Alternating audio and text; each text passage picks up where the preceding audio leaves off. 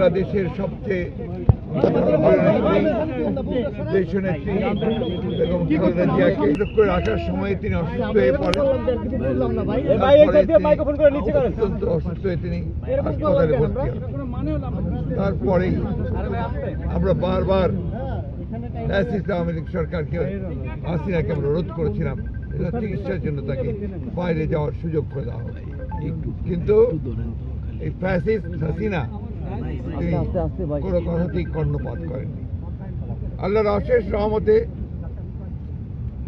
ছাত্র জনতার অভ্যুত্থানের মধ্য দিয়ে ফ্যাসিস্ট হাসিনা দেশ থেকে পালিয়ে যাওয়ার পরে আজকে দেশের নেত্রী বেগম খালেদা জিয়া সম্পূর্ণ মুক্ত হয়েছেন মিথ্যা মামলা থেকে। তিনি চিকিৎসার জন্য লন্ডনে গেছেন, এটা আল্লাহর কাছে শুকরিয়া জানাচ্ছি। একই সঙ্গে আমরা আশা করছি যে সুচিকিৎসা করে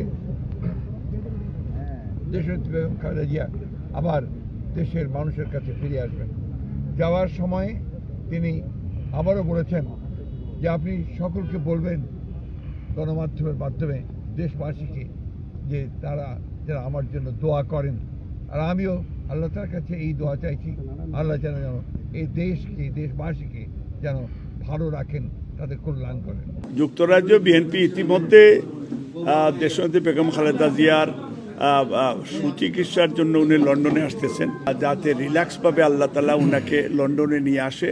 আমরা ওনার জন্য প্রথমে দোয়া কর্মসূচি দিয়েছি এবং আমরা প্রত্যেকটা জৌনে প্রত্যেকটা অঙ্গ সংগঠনের নেতাকর্মীকে আমাদের নির্দেশ আমরা দিয়েছি যে প্রত্যেকটা মসজিদে দোয়া করার জন্য। মানে ব্রিটিশ বাংলাদেশিরাও তারা সবাই চায় যে আমাদের মাদার অফ ডেমোক্রেসি দেশনেত্রী বেগম খালেদা জিয়ার সাথে দেখা করতে, এবং ওনার আশাটাকে তারা স্বাগত জানিয়েছেন।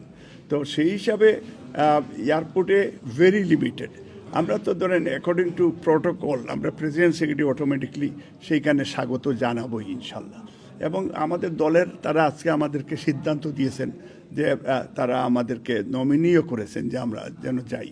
তো ভারপ্রাপ্ত চেয়ারম্যান সাহেব এখন উনি তো ডেফিনেটলি ওনার মাকে রিসিভ করতে যাবেন এবং ডক্টর জুবাইদা রহমানও যাবেন।